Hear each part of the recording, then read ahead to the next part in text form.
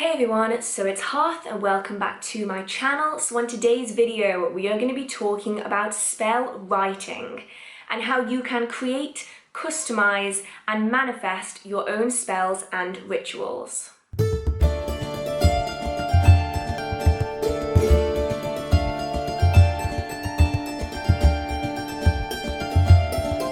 So this has been a topic that I have been asked so many times to talk about, and I haven't up until this point. It was only really after having some conversations with some of you guys at events when I quickly realised that a lot of people only use pre-written spells that they find in spell books. A lot of people don't actually know how to create their own spells, and they've never even adapted a spell for their own intention. So that's what I'm going to be talking about today, how to write and create your own spell and ritual. So I will say now that this method of writing spells and rituals is just what I personally use. If you have a different technique, then that is absolutely fantastic, and feel free to share your method down below in the comment section if you feel like you want to do that. And another little disclaimer is that this type of method that I'm going to be talking about today is what I do to create spells that involve items. So if you want to write spells that contain candles or actual ritual items, then this is a fantastic method to use. But if you're after spell writing that is just words and intentions, then this is not so much what this video is going to be about, mainly because that is not where my magical practice really takes me, so I never have to write any kind of poetry or any actual written, worded spells. So when it comes to writing spells, there are a few things to take into account. Generally, I find that if you are new to writing spells, it's best to not just write general spells for anything and everything. Instead, it's better to wait till you have a specific intention in mind and then tailor a spell for that. By doing it this way, it allows you to really closely connect with the energy of what you want to achieve, and it does make it considerably easier to create a spell. I do know of some people who jump straight into spellcasting and spell writing, and they will create 100 spells for every possible intention they could ever imagine. But the likelihood is that they have no desire to manifest that outcome while they're creating the spell, so they have no real connection to what they're doing or why they're doing it. So I would say that if you are new to spell writing, create a spell around something that you want to achieve right now. Something that you want to help manifest within your life or within the life of another in the current moment, rather than trying to predict the kind of workings you're going to want to create in the future. Because if you can get this method down, you will no longer have to worry about whether you're going to find the right spell or which spell book to buy to find the right working. Instead, with practice and time, you're going to be able to create the suitable spell for your working to have an amazing, successful, powerful response on the spot. And the more you practice, the easier and easier it is going to be. So when it comes to writing spells and rituals, I have personally found that the best way to do it is backwards. So instead of thinking of the words and the items and everything else that you need to start the working, instead you think of the potential outcome. What outcome do you want to achieve? I like to refer to this as intention. It is what you want to do, what you want to manifest. So if you know that you need something in your life, what is it that you need? What at the end of this working do you want to achieve? Have you got it? That little idea in your head of what you want to achieve? Now you need to tweak it. A lot of people, when they're doing this, they will say that they want money, or they want luck, or they want love. Well, you need to make that more specific. When it comes to manifesting your desired outcome, the best way of doing it is to find something that isn't too specific, but not too general. So by this I mean, don't say that you need such and such a manager at such and such a place to hire you for such and such a position so that you can earn such and such an amount per year. That is far too specific, and the likelihood that that's going to happen is exceptionally minimal. However, what you could say is that you would like to find a job in this industry within this time frame that earns enough for you to comfortably live. Now that is far more likely. It opens up more options, but equally it doesn't allow that energy to wander onto lots of random other things. And that's the key when it comes to your intention. You need to find something that is specific enough so that the energy knows what you're going for, but not so specific that it makes it almost impossible to achieve. Because even a working like a prosperity spell, and a lot of prosperity spells do work, I've had them work for myself, lots of other people have had them work for them as well. If you make it so specific that the energy just can't achieve it, it becomes the equivalent of an impossible spell. Spells, rituals, and energies, they can only do so much. They're an assistant. They can't grant you things on a silver platter. They can only help improve your chances. But if your chances of achieving something are already so slim that it's nigh on impossible, a spell isn't going to be able to improve those chances anymore. And that's why a lot of the time people get disappointed when they do lottery spells, or they cast a spell to become a billionaire, when in reality the chances of winning a lottery and the chances of becoming a billionaire are so slim in the mundane world that even with magical, spiritual and energetic assistance, there is still not much of a chance. So I'd be sure that when you're choosing the specific intention that you're aiming for, find something that's both likely, that is plausible and is likely to be achieved within at least a few months. You don't really want to be trying to write a spell that won't manifest for 10 years straight off the bat, because you're going to be disappointed that you've not seen results sooner. So make sure that the working is likely to achieve, that the time frame that you want it to achieve in is likely, and that in the end you're going to achieve your initial desires. So for instance, if you wanted to do a love spell, so you know that you want to find a romantic partner to share your life with. Initially, you might want that one guy that you met in college 5 years ago that lives in a different country to call you, to message you, to get back to you, to rekindle a relationship that you might have had. So yes, you could do a working that is designed to attract that specific person. You tailor that working directly for them. But the likelihood is that they might already be in a relationship. They might be married, they might have children, they are probably in a different area, whether that's a different state, a different county, a different country. Their circumstances could be such that no matter what you do, it's not going to happen.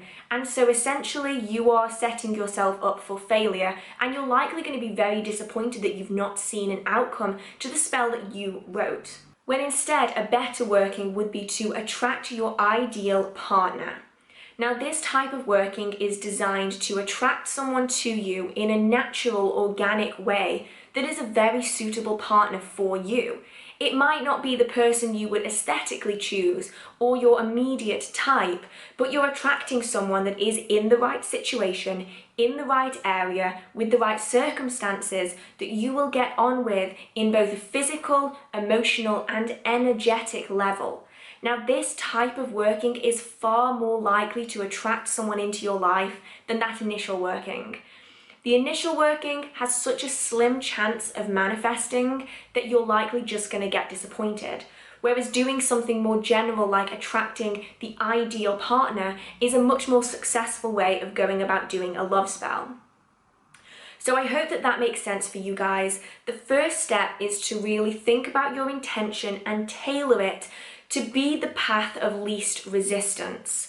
So if you know you need to make more money and you have a good job already, maybe just aim towards having a raise and then work towards that as well. If you know that you need to go and make more friends, do a friendship spell, but then also go out and try to meet people, and the spell will really help you. Doing a spell that is likely to manifest as one of your first written spells is the best way to do it, as this allows you to gain almost self-belief. Once you've done a spell that you've written yourself and you've had fantastic results, it will give you the encouragement and the drive to keep doing it. And this is my most recommended tip when it comes to doing your own spells and rituals, is that don't get disheartened, but also try to aim towards workings that are more likely to achieve. So once you know your desired outcome, what you want to achieve, let's take a step back and think about how you are going to manifest that outcome. What type of technique do you want to use? Do you want it to be a group ritual with other people? Do you want it to be solitary? Do you want it to be a longer ritual that lasts for months, weeks, 7 days, 14 days, 3 days, 1 day? Do you want it to be a candle spell? Do you want it to be a long-term working, like a sweetening jar or a sugar spell? Do you want it to be something that is kept hidden and personal, like a mojo bag? Or is it aimed to represent someone else and for it to be a doll baby? You have to think about the different techniques that you could employ for this working and which ones are going to be most successful for what you want to achieve. So if you're new to spell work, this is likely going to be a bit of trial and error, but after you've practiced for a while, you're likely going to know which methods you prefer over all others, and then you're going to want to adapt it to which is going to suit the working best. So if you are wanting to do a friendship spell, for instance, you could do a candle spell, but they tend to manifest quickly and the effects disappear quickly as well. So instead, I would say either go for a doll working or go for a mojo or pouch working, because these are much more longer lasting and they can be used to represent individuals. So you can create a doll in your form and then include herbs for friendship and a little petition, this positive aura that will attract people to you, and you will hopefully be able to make friends from that. If, for instance, you want to sweeten up your boss who is treating you not so nicely, the best working for that is probably more likely going to be a sugar or a sweetening working. That could be a sweetening jar, like a honey jar. It could also be a sugar bowl or a sugar spell. Something like a spell candle might work, but once again, it is also going to end quickly. You could do head workings where you influence someone's opinions and someone's thoughts about you. That's definitely a valid way of doing it. Or you can do a sweetening spell, and then the choice is up to you as to which method you want to do. Do you want it to be something that you can do quite quickly in an evening or in a couple of days? Or do you want it to be a working that you're going to be continuously adding energy to for the next few weeks or months? So all of these different methods have different timescales, have different desired outcomes and different techniques. And so it's really up to you to decide exactly which method of working you're going to want to achieve. Now, I know that some of you are devout candle magic practitioners. I have been there. I love candle magic. It is by far one of my favorite forms of magical working. Now, in your circumstance, it's not going to be a case of whether or not to use a candle or not. It's actually going to be a case of what type of candle do you use. Do you want to have a really quick, short burst of energy to use a tea light or a dinner candle or a small votive candle? Or do you want it to have something with a bit more power by using a figure candle, a human figure or a skull, even a cross or a 4-leaf clover? Or do you want it to be a much more long-term working, using novena candles in 5, 7 or 14-day sizes? Now, each different candle has different techniques for how you can best use it for your specific working. And now is the time to really think about the method that you're going to want to undertake. So once you know what kind of working you want to do, you know that you want to do a honey jar, or you know you want to do a doll baby, you know you want to do a 7-day candle. Now it's time to think about exactly what you want to put into that working. So once you know the general category, you're going to have to decipher exactly which ingredients are going to go in. Because of course, creating a spell yourself is not like having a spell book with loads of ingredients in front of you. It's something that you're going to have to create for yourself. Now, depending on the type of working you're going to use, there are obviously going to be different items involved. So for instance, if you are wanting to create a sweetening jar or a honey jar, you're going to have to decide on a petition what you're going to write, the type of paper you're going to use, the type of ink that you're going to use. You're then also going to want to think about any herbs and any oils that you're going to want to add into the jar. So you're going to have to look up correspondences, find herbs that match what you want to achieve. And then the same goes for oils. You can use essential oils, or you can use condition oils to suit the intention of your desired outcome. And then finally, you're going to want to decide on the type of candle you're going to burn on top of it, as well as the type of container and the type of sweetening agent. Now, a lot of people use honey. It's a fantastic sweetening agent, but of course, if you're vegan, that's not something you're going to want to use. So you can use sugar, you can use syrup like maple syrup, or you can use agar-agar depending on your personal situation. Now, the items that you're going to want to use do completely depend on which method of spellcasting you want to do. And so they are going to vary drastically depending on each technique, as well as each different intention. So for something like a head working spell, you're going to want some kind of skull candle.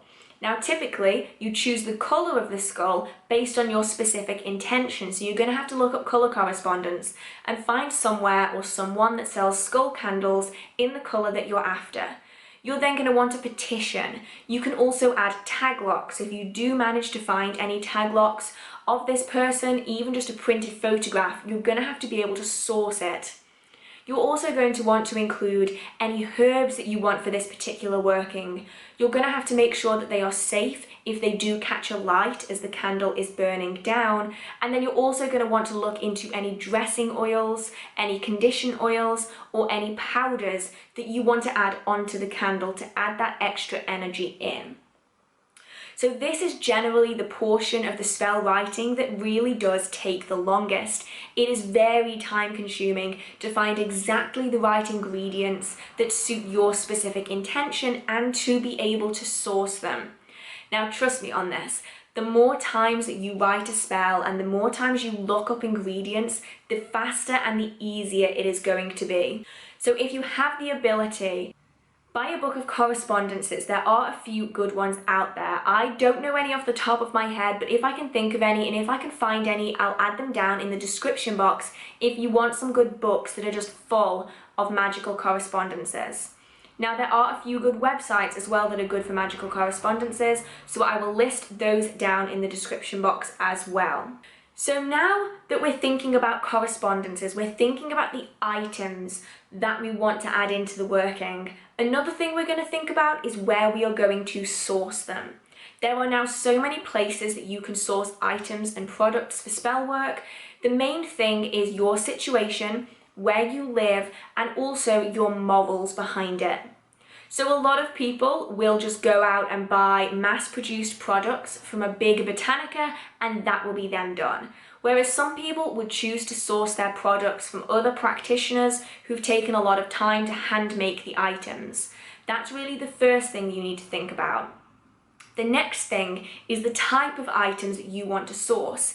If you're using candles, what type of wax are you going to want to use? Are you going to want to use paraffin, soy, palm wax, beeswax? These are all important things to think about and can alter how your working is going to manifest. If you are doing a sugar bowl, what type of sugar do you want to use? Do you want to use organic sugar or do you want to use mass-produced sugar? Do you want to use white sugar or brown sugar? These are all things that you really need to think about, and same goes for items like honey and herbs. Do you want them to be a specific type of honey? Do you want it to be a specific variety? Are you going for Manuka honey, which is exceptionally expensive, or are you going for bottom dollar honey? Now, for some people this doesn't matter, but for some others it does, and it's definitely something to think about. Same goes with herbs. Are you going to want organic herbs? Are you going to want to grow them yourself, or are you simply going to want to buy them? Now, there are some suppliers that will offer you organic herbs over the counter, and that is fantastic. But obviously not everyone has the funding for that, and if you aren't able to do that, supermarkets, Holland & Barrett, Walmart, all of these places do carry herbs that are used for kitchen cooking that can also be really great in spell work and ritual. So it's all something to think about. When we create our lists of potential herbs, there are going to be some of them that are much harder to source if you don't have a really good supplier. So for a love spell, for instance, it might be easy to find rose petals and lemon balm, jasmine. These are all relatively easy to find herbs. But trying to find Queen Elizabeth root might be quite difficult if you don't know where to find it from. If you do plan on getting things online, please make sure they are a reputable store, because a lot of stores do sell fake roots, fake herbs just to earn more money off customers. So please always take care if you're buying them offline. Okay, so now you know and you've sourced all of your items, you know exactly what's going in it, and you've got the technique of how to do it in your head. Now it's time to think about when you're actually going to do the working. Is there a specific time you want to do the working? Does it need to be done in the morning, in the afternoon, at night? Do you want to do it on a specific moon phase, on the new moon, the full moon, the waxing, the waning, the dark moon? Do you want to do your spell on a particular day? So do you want to do a love spell on a Friday, for instance, or a prosperity spell on a Sunday? These are all really important things to think about, as depending on your tradition, they might have great sway in the type of effect that you're going to get from that spell. And then one of the last things to think about is, are you wanting to work with any particular deities, spirits, or beings? If you want to work with the Fae, it's likely that you're going to need to give regular offerings for a few months before you can do that working. If you want to work with ancestors, have you created an ancestor altar? Are you leaving out offerings for them? Are you changing their water every Sunday, and so on and so forth? If you're going to want to work with a spirit or a deity, it's always good to form that connection first and to have things prepared to leave an offering with. Now, of course, you don't have to work with any of these beings if you don't want to. It is only something that some practitioners do. But if it is something that you're interested in doing, please be sure that you are leaving out the suitable offerings and you have created the suitable connection for that to be accepted so that your working will manifest. Now we're at that point where you know your intention, your desired outcome. You know the type of working you want to do. You know whether you want to do it solitary or in a group. You know the items that you're going to need and have likely already got some of them, whether they are in your kitchen cupboard, in your Witchcraft store cupboard, or you've gone out and purchased them. You know what day of the week you're doing it on, what time of the day, what moon phase, and so on and so forth. And you also know if you want to work with any spirits, guides, guardians, angels, spirit animals, and so on and so forth. One of the last things that you need to do now is decide on whether or not you want to write some words that you are going to say. Now, for some practitioners like myself, words aren't that significant, so I generally never ever write down a spell verbally. So I will never write down words that I'm going to say or have anything rhyme in a particular way. For me, any words that I do speak during a spell and ritual are just said in the moment. I don't think about it. But if words are more significant for you, then now is the time to start noting down words. Now's the time to start planning out what you want to say. Do you want it to be a chant, something that is repeated time and time and time again as a method of raising energy? Do you want it to be a petition to a particular deity, to a particular energy, spirit, fae, and so on and so forth? Do you simply want it to rhyme, to get you in the right mindset to undertake that working?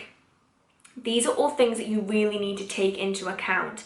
But please, I would say don't get too wrapped up in the wording because it really doesn't matter so much. Your intention and your energy is the most important thing. In reality, you don't have to say anything for the spirits and the ancestors to hear you. They will know exactly what you're after based on your energy and your intention. So if you're worried about screwing up the words during a ritual, please don't worry about it too much. If you fumble and you mess up your words, if you have to take a piece of paper in with you, that is completely fine. And of course, you don't even have to say anything if you don't want to. It's all personal choice. I would say though that if you are planning on writing some words, do so in a language that you fully understand.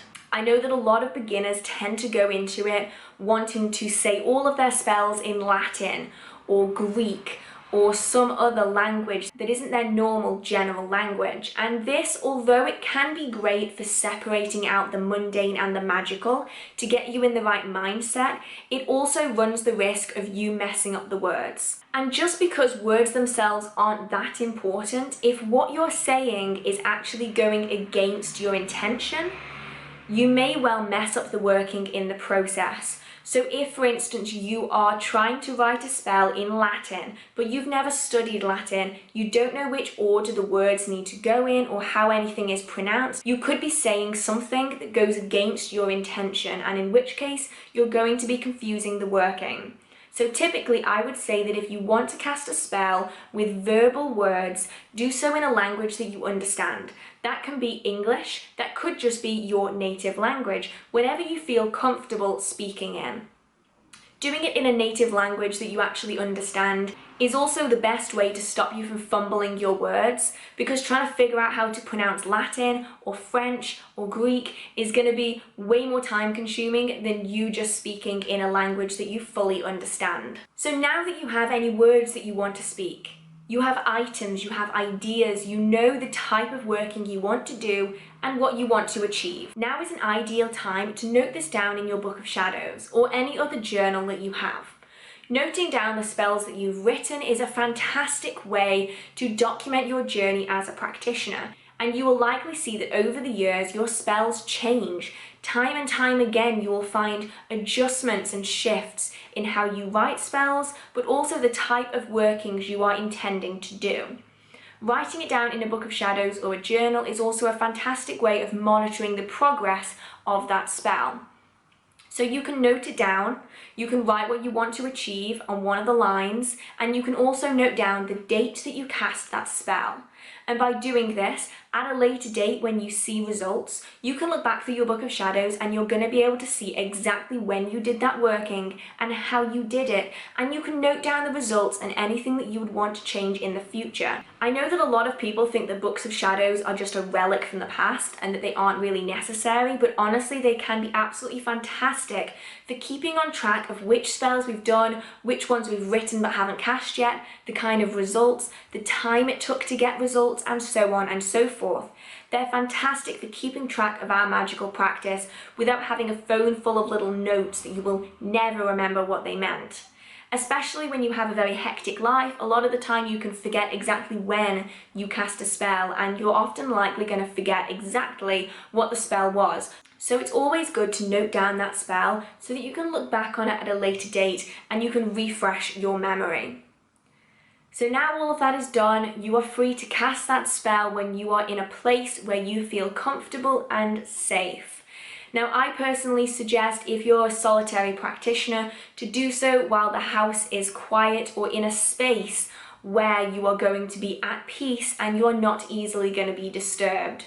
And that really is the final thing that you need to think about when doing a spell and ritual. And that is, where are you going to want to cast that spell? Are you going to want to cast it indoors in your own home? Are you going to want to cast it outdoors in a sacred space or a space that you find to be very precious to you? So I know a lot of people will go out into fields, or they will go out into woodland or to their local stone circle to cast spells and rituals. And when doing this, you need to make sure that everything you are using is safe for the environment. So this really is the final thing. I would personally suggest that if you're doing a spell that involves candles, that you do so at home, as this makes sure that you are very, very safe and secure while you are doing it. And it's so much easier to contain a flame when you are inside without any interference from the wind or anything being around the candle. If you're doing workings as well that are going to take longer than one session, so if you're going to be burning a 14-day novena candle, or you're going to be creating a mojo bag, it could be good to do that within your home so the energy remains within that space, rather than being in an outside location.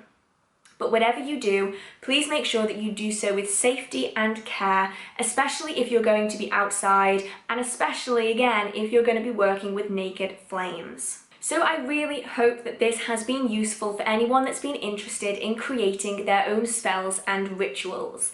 This is the technique that I have always used from the moment I started writing my own spells, and honestly it has been so immensely successful for me that I generally would never even consider going to a spell book and looking at spells. I tend to steer way clear and I create my own. Now that's not to say that spell books don't have their place, because they definitely do, and they can be very, very useful for looking at for inspiration, to see other methods of casting similar spells and to tweak and adapt for your own specific intention. But for me personally, writing my own spells has created more powerful energies, and I personally find that spells written by the person that is going to cast them are the most successful spells. They are going to be the spells that are most closely connected to you, your energy, your intention, your desired outcome. And because of that underlying link, I often find that spells written by the person who's going to cast them are almost always the most successful. Now, of course, this is not going to guarantee that all of your spells will be successful, as there are a huge range of factors that go into the success of a spell, and I have done a full video on the reasons why your spells might not be working, and I will link that in the card in the top corner as well as in the description box for anyone that's interested in finding more about that. But I do hope that this video helps any of you that have been curious about writing your own spells to take the plunge and start writing them for yourself. It is a truly fulfilling practice that is part of witchcraft and magical systems, and honestly it is probably one of the most enjoyable parts, for me anyway, so I hope that you enjoy it as well. If you enjoyed this video, feel free to give it a like. That really, really means so much to me. It lets me know which videos you guys like and which you don't like so much, so that is really, really important. If you have any questions, comments, concerns, video ideas, or just want to chit chat with the community down in the comment section, feel free to post a comment.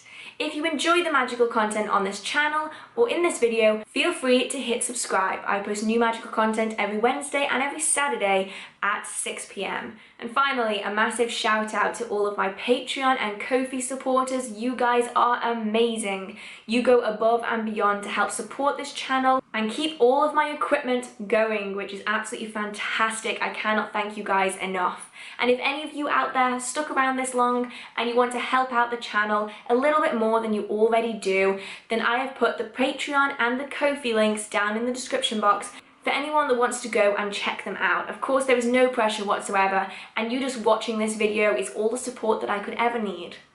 So thank you guys so much for watching. I hope you enjoy it, and I wish you a marvelous magical day.